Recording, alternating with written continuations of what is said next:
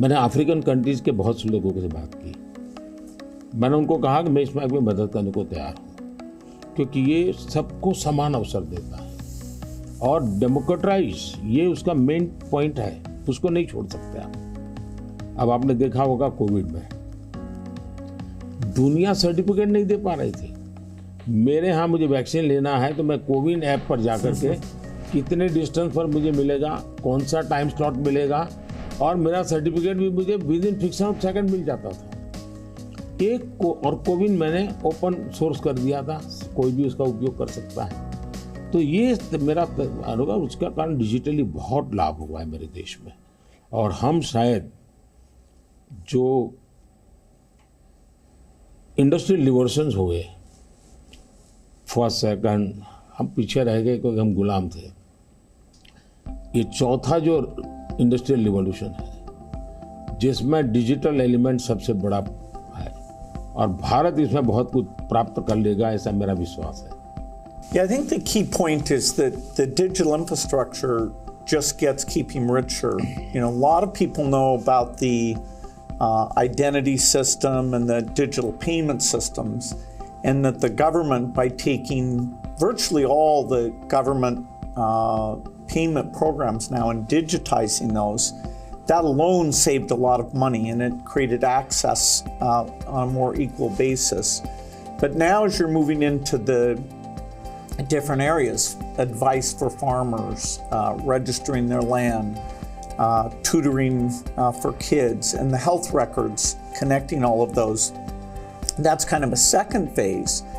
And we're just at the beginning now of the third phase, where these advances in artificial intelligence will come on top of that and make the value even better. आपने सही कहा, AI का महत्व बहुत है, और मैं तो कभी कभी मजाक में कहता हूँ, हमारे देश में माँ को आई बोलते हैं, माता को बहुत से राज्यों में भाषा बोलते हैं आई। अब मैं कहता हूँ हमारे यहाँ बच्चा पैदा होता है तो आई भी बोलता है, AI भी बोलता है। वो इतना एडवांस हो गया है।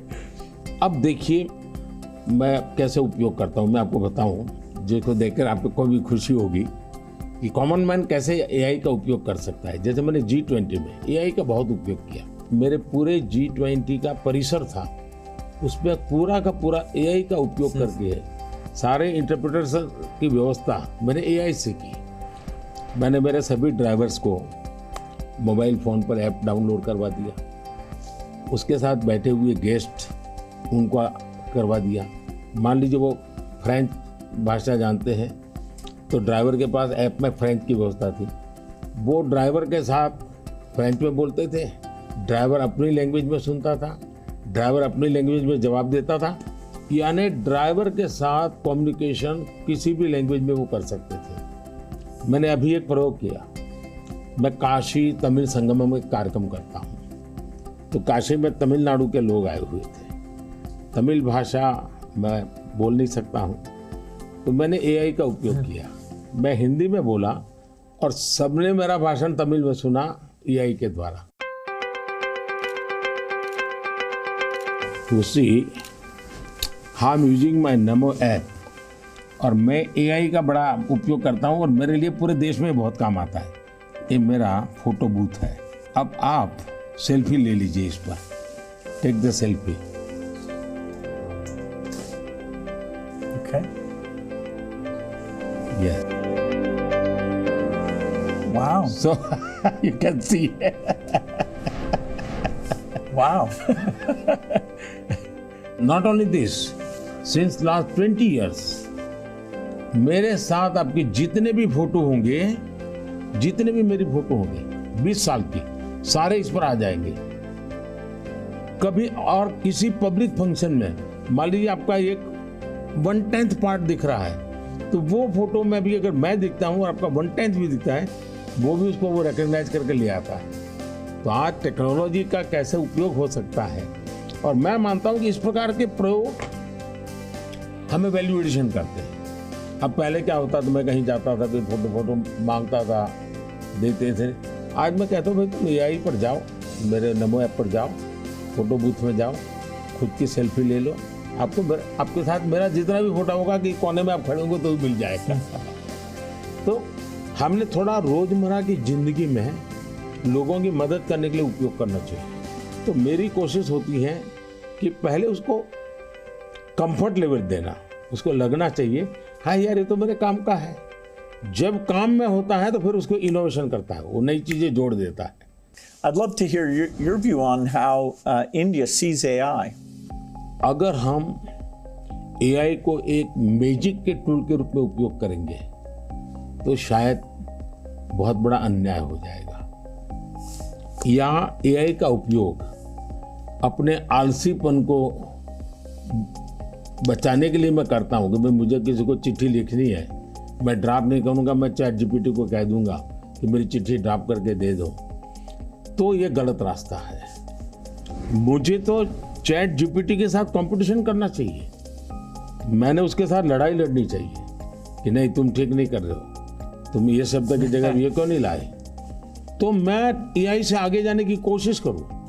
अब जैसे हमारे यहाँ बहुत सारी लैंग्वेजेज हैं, बहुत सारी बोलियां हैं, मैं AI को कहता हूं आप इन बोलियों को पकड़िए। मेरे एस्ट्रोनॉट्स को इंट्रोडक्शन के लिए गया था, तो हमारे एस्ट्रोनॉट्स किस प्रकार से काम करने वाले थे, जो रोबोट से मैं बात कर रहा था। मैंने रोबोट से काफ़ी बातें की और मैंने देखा कि मैं अलग अलग टोन में बोलता था, थोड़ा लहजा बदल के बोलता था, और मैं देख रहा था कि वो मुझे प्रॉपर रिस्पॉन्ड कर रहा था। फिर मैंने उसका नाम बदल करके पूछने की कोशिश की, तो फिर उसने रिस्पॉन्ड नहीं किया। तो मैंने कहा आपका AI, मैंने 3 मिनट 4 मिनट बात किया, अभी तक वो मेरी आवाज़ को रिकॉग्नाइज नहीं कर पाया। जब तक मैं उसका नाम नहीं बोलता हूँ वो मुझे रिस्पॉन्ड नहीं कर रहा। मैं वो चाहता हूँ कि मेरे आवाज़ को सेंस करे, और भले ही मैं उसका नाम न बोलूँ लेकिन वो मेरे से बात करे। तो उन्होंने कहा ठीक है, विल डू दिस। तो मैं हर बार नई चैलेंज देता रहता हूँ। Yeah, it's early days in AI, and I think everyone who uses it, in the same day you're surprised at how good it is, and you're also surprised at how bad it is. It'll do things you think are hard, and then it'll fail to do some things you think are easy. I started my trip here in Hyderabad, which was a nice occasion because Microsoft is celebrating 25 years in the country, and that's been such a fantastic experience. So I was definitely challenging the team there. Hey, we have to make the accuracy better. And for now, it's like a co-pilot.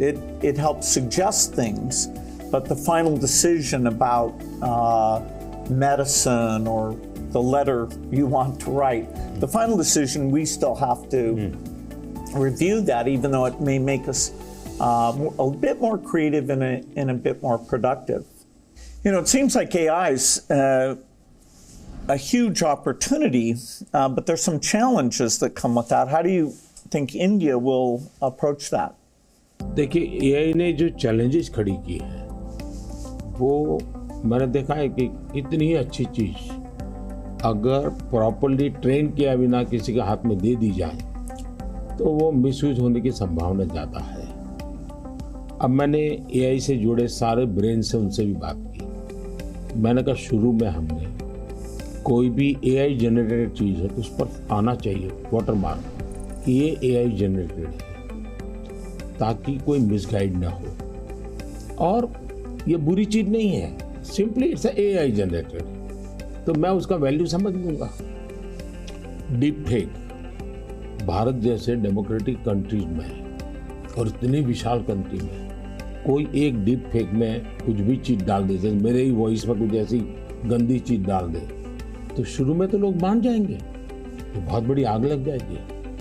तो ये जरूरी है कि deep fake AI generated और ये source है, ये आज शुरू के दिनों में, आगे चल करके क्या होगा जरूरत नहीं पड़ेगी शायद, लेकिन ये हमने कुछ डूज एंड डोंट्स उस पर सीरियसली सोचना पड़ेगा।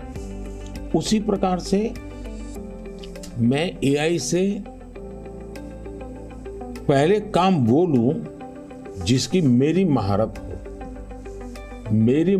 हो और मैं थक गया हूं, सो जाऊं, वो कर लेगा, तो वो ठीक नहीं है। जैसे हम कह देते हैं कि भाई तुम 5 बजे उसको फ़ोन लगा देना, तो यही कर देगा। या मैं कह दूंगा कि मेरा वो गाना मुझे सुना दो, तो वो कर देगा। तो मुझे पता होना चाहिए ना कि भाई मुझे इस समय किस गाने को सुनने की ज़रूरत है, मेरे लिए क्या रिक्वायरमेंट है।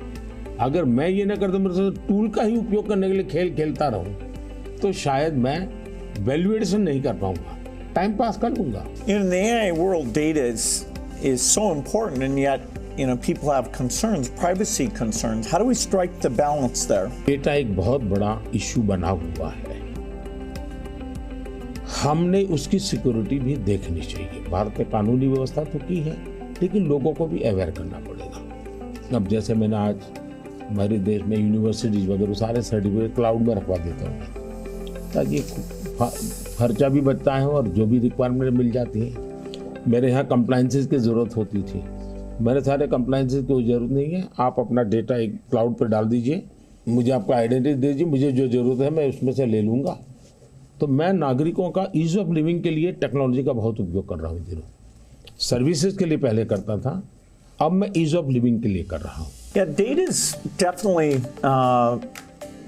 it's going to be very exciting that we'll be able to preserve privacy and still learn a lot from the data. Like which crop should you plant? If we get all the data from the farmers without their names, so we don't invade their privacy, but giving better farmer advice, or seeing here in India, the top 10% of teachers are so good, and saying, okay, what are they doing, and how do we spread that to the other people? Or even if there's some new nutrition approach, sometimes it works and sometimes not. And so because you have the medical record, the ability to kind of track and say, okay, this is working very well, or this isn't, we can be a lot smarter without threatening individual privacy. मैं इसको दो तरह, एक हमें common man को भी quality data के लिए ट्रेन करना पड़ेगा। हमारे डेटा में क्वालिटी होनी चाहिए, क्लैरिटी होनी चाहिए। दूसरा, डेटा ओनर को मालूम होना चाहिए कि जो मेरे से डेटा मांग रहा है वो किस काम के लिए मांग रहा है। अगर वो उसके साथ एग्रीमेंट करके उसमें से कमाई करना चाहता है तो उसको अलाउ करना चाहिए कि और पहला, उसको प्रायोरिटी रिसर्च के लिए होनी चाहिए।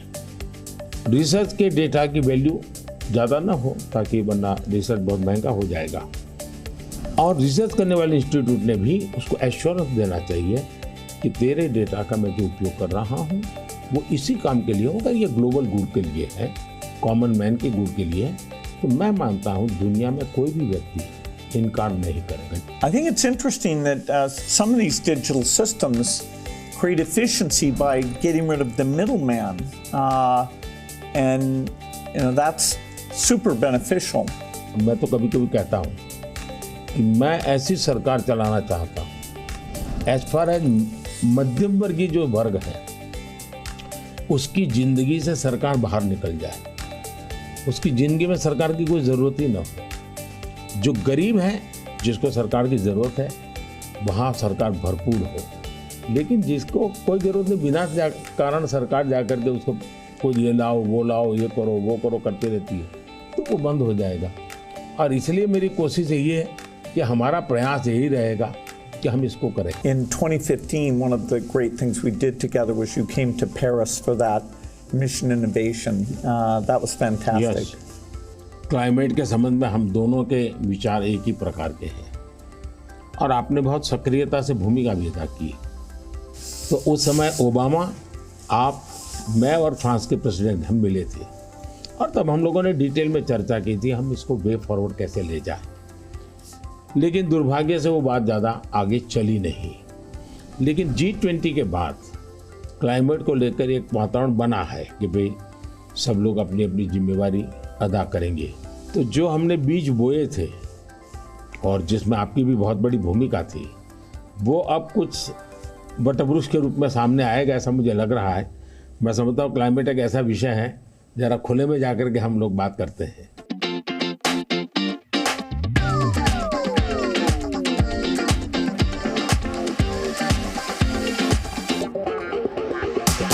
if you're ever coming to the United States, I'd love to have you come to Seattle.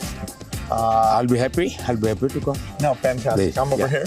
Yeah. Is it okay? Huh? हाँ.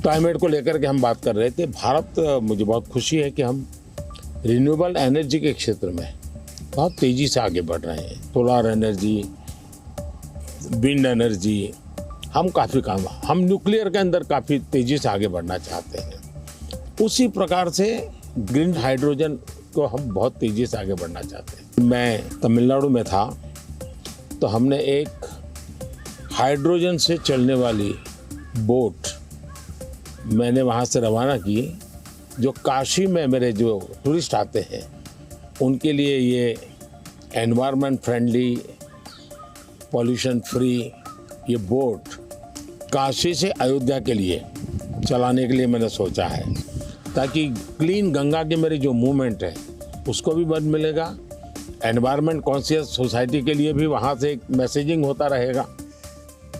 Well, India brings to the climate change a rich history of caring about the environment. How do you see connecting those? हमारे यहाँ reuse, recycle ये हमारे nature में है। अब देखिए ये जो जैकेट है ये रिसाइकल मटेरियल का है, लेकिन ये रिसाइकल मटेरियल की भी विशेषता है। इसकी विशेषता ये है, जो टेलर के यहाँ कपड़े के टुकड़े निकलते हैं ये सारा वेस्ट इकट्ठा किया हुआ है। फिर जो पुराने कपड़े हैं उसको भी इसमें लिया हुआ है, और 30-40% वेस्ट प्लास्टिक बोतल को लिया हुआ है, और उन सबको रिसाइकल करके ये कपड़ा बना है। Yeah, the innovation both here in India and the world is coming along. Are the goals that we set, staying below 1.5 degrees, we probably will miss that. Even 2 degrees isn't going to be so easy. And the thing you and I really emphasized in Paris is the need for innovation.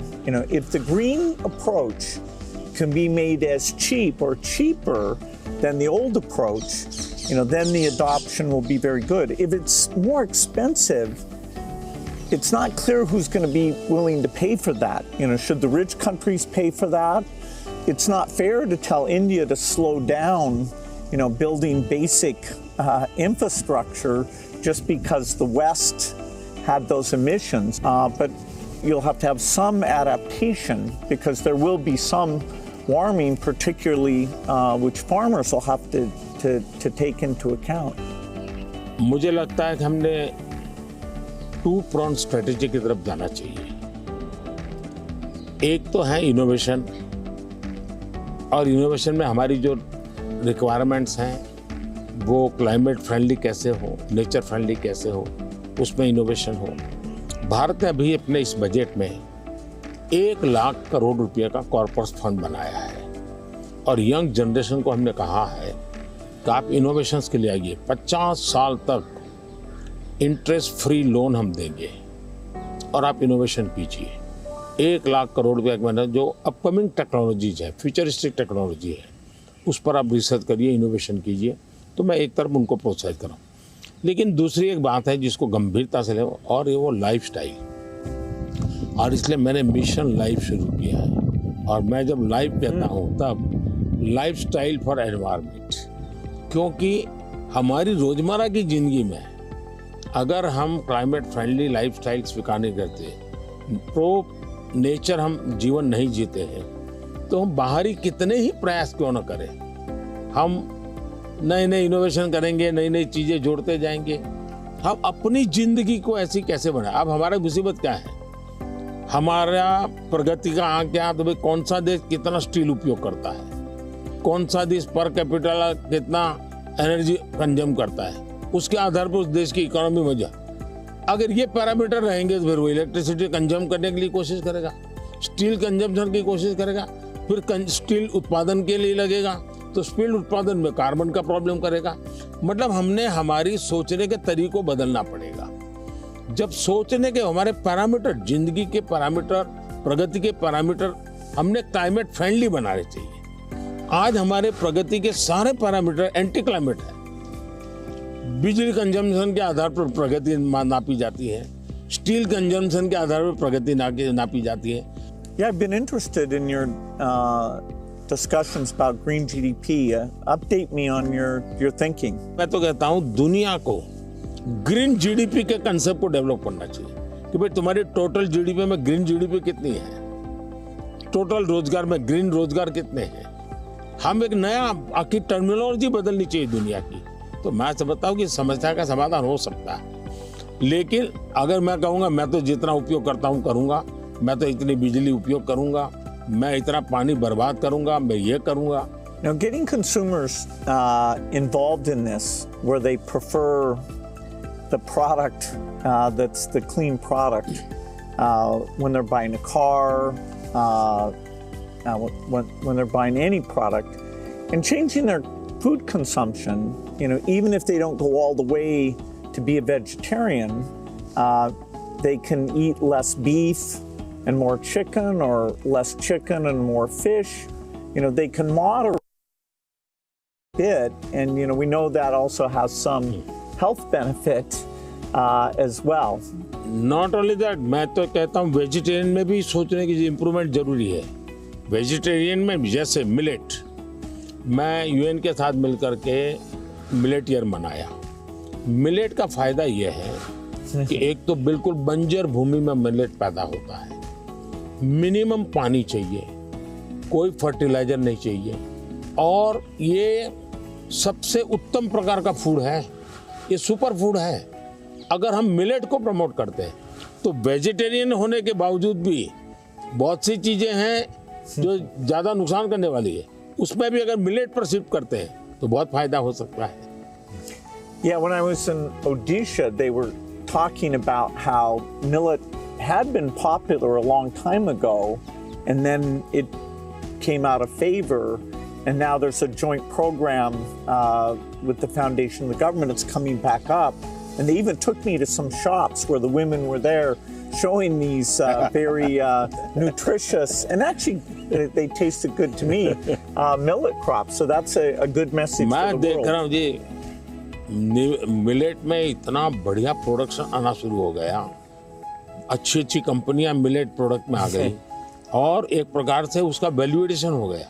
मैं और common अब fashion हो गई। हमारे यहाँ 5 star hotel में जाइए तो मिलेट का मेनू अलग देते हैं, नॉर्मल वेजिटेरियन फूड का मेनू अलग देते हैं, और ज़्यादातर लोग मिलेट मेनू और उसके कारण मेरे छोटे किसान की इनकम भी बढ़ी है और पानी बहुत बचत हो रही है, तो बहुत बड़ा फायदा होने लगा है। Well, during the pandemic, it was fantastic that the vaccines got invented, and India made a lot of those.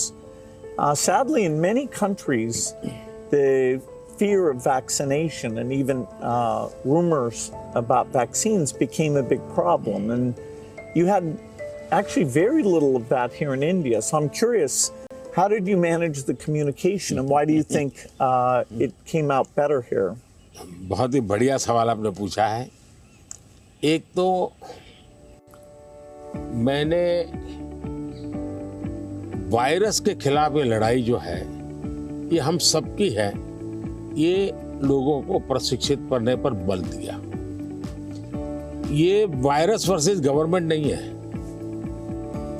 ये लाइफ वर्सेस वायरस की लड़ाई है। ये पहली मेरी फिलॉसफी थी। दूसरा, मैं डे 1 से कम्युनिकेट करने लगा सबसे डायरेक्ट, मेरे देश के लोगों से बात। मैं खुद सारे प्रोटोकॉल पब्लिकली फॉलो करने लगा, सब चीजें पब्लिकली मैं उदाहरण के रूप में जाने लगा लोगों के सामने। फिर मैंने कहा भाई ताली बजाओ, थाली बजाओ, दिया जलाओ। हमारे देश में इसकी बड़ी मजाक करने के प्रयास हुआ, लेकिन मुझे लोगों को विश्वास में लेना था कि भाई हमें ये लड़ाई साथ लड़नी है। जब ये विश्वास बन गया कि हमें अपनी जिंदगी बचानी है और औरों की जिंदगी बचे इसमें मदद करनी है, तो एक प्रकार से मास मूवमेंट बन गया। और उसके कारण मुझे बाद में जो भी चीज कहता था देशवासियों को, वो मुझे मदद कर। फिर मुझे क्वेश्चन नहीं करते थे कि मास्क लगाना चाहिए कि नहीं लगाना चाहिए, उनको लगता था, और लोग भी एक दूसरे को कहते थे मास्क लगाओ। तो ये जन आंदोलन बन गया, एंड डेमोक्रेटिक वे में डंडे से काम नहीं होता है। आप लोगों को एजुकेट कीजिए, उनको कन्विंस कीजिए और उनको साथ लेकर के चलिए। ये मेरा बहुत बड़ा अभियान रहा और उसके कारण मुझे वैक्सीन में बहुत बड़ी सभा, किसी ने मुझे रोका नहीं। आर्थिक रूप से मुझे बहुत बड़ा बोझ आया क्योंकि मुझे वैक्सीन बनाने में रिसर्च करनी थी, फिर विश्वास दिलाना था कि यही वैक्सीन चलेगी, तो मैं खुद सबसे पहले वैक्सीन लेने लग गया। और मेरी वो 95 एज की मेरी माँ थी उस समय, मेरी माँ ने भी पब्लिकली वैक्सीन लिया, तो मैंने उदाहरण करके दिखाया, तो लोगों को भरोसा पड़ा कि भाई ये जिंदगी बचा सकती है। आने वाले दिनों में मैं सर्वाइकल कैंसर को लेकर के, खास करके बच्चियों के लेकर, मैं भारत में इस बार बजट में हमारी जो साइंटिस्ट हैं उनको बजट देना चाहता हूँ और मैं उनको कहना चाहता हूँ इसमें भी आप लोकल रिसर्च कीजिए, वैक्सीन बनाइए और बहुत ही कम पैसों में मैं मेरे देश की सभी बच्चियों का वैक्सीनेशन करूँ और किसी भी बच्ची को कैंसर की संभावना ही न रहे वो स्थिति पैदा करूँ। उस दिशा में इन दिनों में काम कर रहा हूँ। जब मेरी नई सरकार बनेगी तो मैं सबसे पहले उस दिशा में काफ़ी पैसे रिसर्च में लगाना चाहता हूँ ताकि मेरी बच्चियों की ज़िंदगी बचे। मैं एक इंटरेस्टिंग बात बताना चाहता हूँ। सरदार वल्लभ भाई पटेल 1930 के आसपास अहमदाबाद म्यूनिसिपल कॉरपोरेशन, उस समय नगर पालिका होती थी, उसके मेयर थे और उस समय एक एपिडेमिक की स्थिति पैदा हुई, वैक्सीनेशन करवाना था।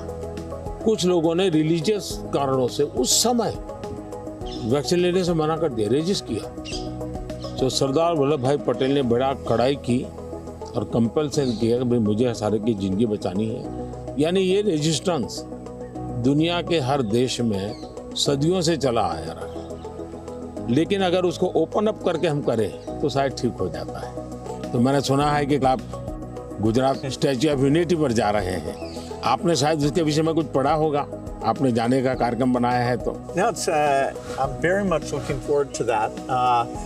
You know, I understand it's quite grand, much bigger than the Statue of Liberty.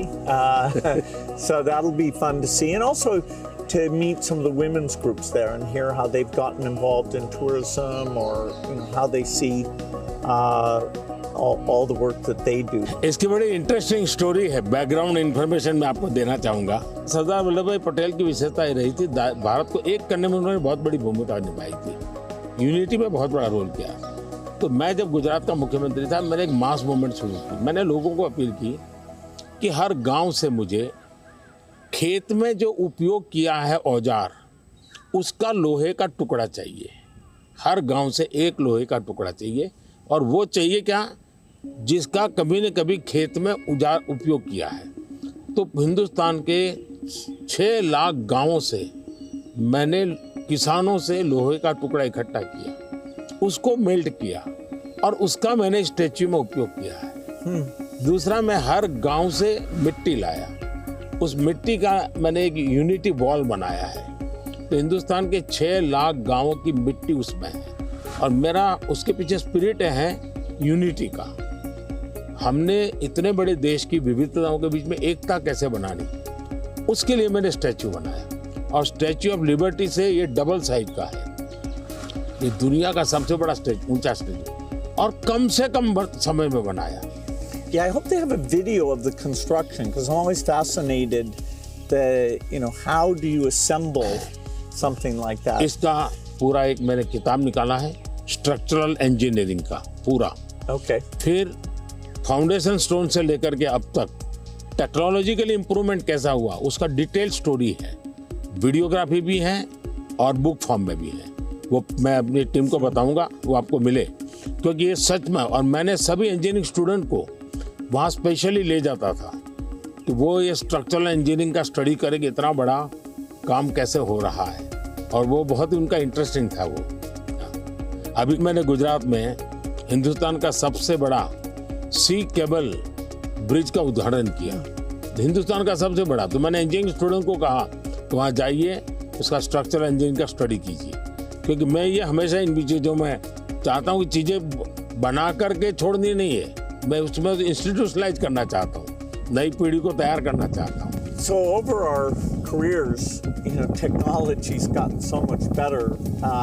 I'm just curious in terms of your journey of using, PCs or phones or different types of software. Was there something that really drew you in, or what's that been like? एक तो मुझे पागलपन है technology का।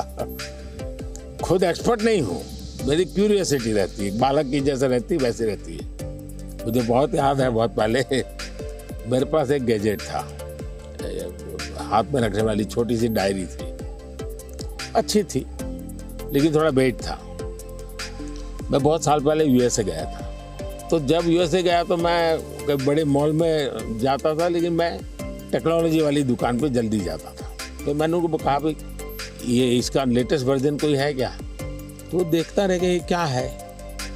बोले अभी तो हमारे देश में ये आया नहीं है, तो ये भी तो अभी आया नहीं, तो अगला वर्जन कहाँ से आएगा? तो मैं इतना एडवांस चीज़ों को ढूंढता रहता था, देखता रहता था, लेकिन मैं टेक्नोलॉजी का गुलाम नहीं हुआ। मैं किसी से बंधा नहीं हूँ। मैं पानी के प्रवाह की तरह नई चीज़ों को खोजता रहता हूँ, ढूंढता रहता हूँ, और कहीं पर मुझे सुनता हूँ तो मैं ले आता हूँ। और शायद मुझे जल्दी से करने का भी शौक़ है, उसको मैं जल्दी से जल्दी कैसे लाऊं, जल्दी से जल्दी कैसे करूं। जैसे एआई दुनिया के चर्चा करने लगी तो मैं एआई के पीछे मैं क्या कर सकता हूं। दूसरा, मेरा ध्यान किसी चीज़ को देखता हूं, उसका मल्टीपल यूटिलिटी क्या होती है, तो मेरी सब फैकल्टी उस पर काम करना शुरू कर देती है। मैं कोई चीज़ देखता हूँ तुरंत नहीं ये नहीं, ऐसा करो ऐसा करो ऐसा करो। तो ये शायद मेरा गॉड गिफ्टेड मेरा नेचर है। जो मैं समझता हूँ हमारे जो दर्शक हैं उनको शायद कुछ ऐसी चीज़ें हैं सुनना बहुत अच्छा लगेगा। आपकी ज़िंदगी के विषय में जो सुना है कि भाई गैरेज में आपने ज़िंदगी की शुरुआत की और वहाँ से यहाँ पहुँचे, उस जन्म में सबसे संतोषजनक पल कौन सा आया होगा? I'm so lucky. I was born at a time when the chip miracle happened. I got a very good education. I have kind of an optimistic view, so dropping out of school to take risk didn't seem that dangerous to me. I have to say, though, the most exciting thing is when you see people using the technology. When you go into a classroom and you see people using it. In a certain sense, I always wanted software for my own curiosity, and that I could take courses online and all that, and to see that other people, not only does it work for them, but it's kind of empowering them. That's been very gratifying. We still have a lot of limitations, but in that event with all the Microsoft India employees, it was kind of a milestone to see, okay, what had been a dream now was a group of brilliant people taking it to the next level. कौन सी किताब होगी जिसने आपको बहुत प्रभावित किया होगा? Well, I think the one, and people are going to read one, is Steven Pinker wrote one called The Better Angels of Our Nature. If you learn about the world, you see all the shortcomings. Children are still dying, and it can actually, the more you learn, it can seem very bleak. But the truth is, we have made incredible progress. More children are surviving, and so we have to both be upset that it's not good enough, but also understand that incredible progress. And so I thought that book really captures that duality in a brilliant, brilliant way. One question I've always wanted to ask you is, you're one of the hardest working people ever, but I'm just curious, when you do want to relax, do you have a game or something that helps you to take time off? मेरे यहाँ relaxation auto pilot है, और वो मेरे जिंदगी को मिली हुई एक स्पिरिचुअल प्रसादी है मेरे गुरुजनों से, जो मुझे बहुत बड़ी ऊर्जा देती है। काम ज़्यादा कर सकता हूँ, करता हूँ, वो मेरा कोई फिजिकल एनर्जी के कारण है ऐसा मुझे नहीं लगता है, मेरे कमिटमेंट के कारण है। मेरे मन में हमेशा एक इमोशनल अटैचमेंट है कि जो मिशन मेरे सामने है मैं उसको जीता हूँ, मैं मिशन के लिए जुड़ जाता हूँ, जो इसलिए मुझे और कुछ दिखता नहीं है। तो एक तो ये वो कारण है। दूसरा, मेरा शरीर का ट्रेनिंग ऐसा हो गया, I can say body training. जैसे मेरी बहुत कम नींद है, मैं लेट नाइट तक काम कर सकता हूँ, मैं आज भी बहुत जल्दी उठ जाता हूँ और मैं हमेशा फ्रेश रहता हूँ। और ये कारण था मेरा, जब एक कालखंड था जब मेरा हिमालयन लाइफ था, तो उसमें एक हमारी परंपरा रहती थी, जो संन्यास्त परंपरा में ब्रह्म मुहूर्त में स्नान करना, तो करीब वो 3:20 3:40 के बीच में होता है सुबह मॉर्निंग में। तो मैं उन चीज़ों से बड़ा आदी बना हुआ था, तो मेरा बॉडी एक प्रकार से ट्रेंड हो चुका है और इसलिए मुझे रिलैक्स करने के लिए कुछ एक्स्ट्रा किसी चीज़ की ज़रूरत नहीं पड़ती।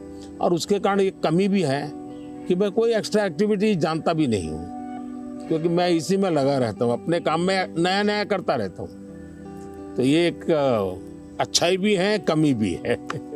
Well, we've had fantastic partnership working together, and I see many opportunities to do even more. So look forward to talking again, whether it's the next time I'm here or hopefully I'll see you in Seattle sometime. मुझे बहुत अच्छा लगा और कई विषयों पर ऐसे गप्पे मारने का मौका मिला। वैसे भी जब भी मैं आपके साथ मिला हूँ, मैंने आपका काफ़ी समय भी लिया है हमेशा, क्योंकि आप पूरी दुनिया घूमते हैं, आपके मन में गरीबों के लिए कुछ करना, न्यूट्रिशन में कुछ करना, एजुकेशन में कुछ करना, हेल्थ में करना, ये मैंने फील किया है कि आप मन से कमिटेड हैं। तो मुझे हमेशा लगता है कि आपके पास नए विचार होते हैं, नए, और आज भी आप नए विचारों के लिए उत्साहित होते हैं। आप आराम से ज़िंदगी गुजारना नहीं चाहते, तो इसलिए मुझे हमेशा आपके साथ बात करना अच्छा लगा है और मुझे हमेशा कुछ न कुछ जानने को मिला है, सीखने को मिला है। और मैं सोच भी नहीं सकता हूँ कि आपका राजनीति से कोई लेना देना नहीं है। मैं पूरी तरह राजनीति में डूबा हुआ व्यक्ति हूँ, लेकिन हमारे बीच में ऐसी वेवलेंथ है कि हम दोनों अगर साल में 4-6 बार नहीं मिलते तो कभी महसूस होती है। लेकिन आज आए, आप समय निकाला, मुझे बहुत अच्छा लगा। मैं आपका बहुत आभारी हूँ। Thank you. Thank you. Sir. Thank you.